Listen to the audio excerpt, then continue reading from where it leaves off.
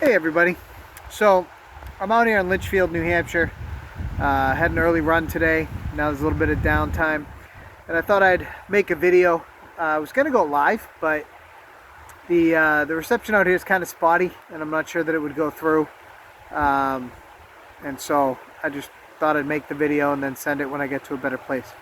So on Wednesday nights at church, we're going through the parables. Parables that Jesus told, right? And parables, of course, are these earthly stories with heavenly meanings.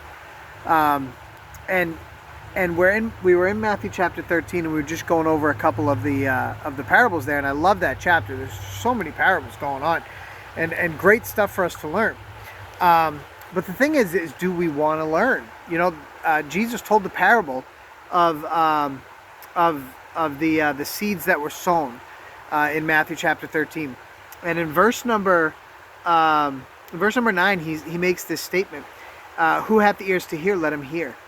And then in verse number 10, the disciples show up, and they said, the disciples came and said unto him, "Why speakest thou unto them in parables?"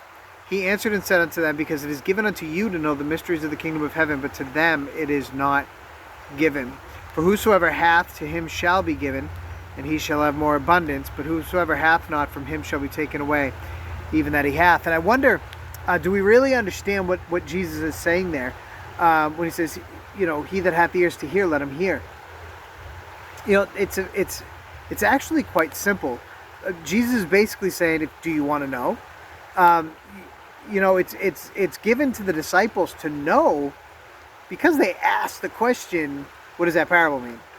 And so Jesus gladly explained it to them. It's unfortunate. It's very unfortunate that, I mean, there are a lot of Christians who really don't care to know God.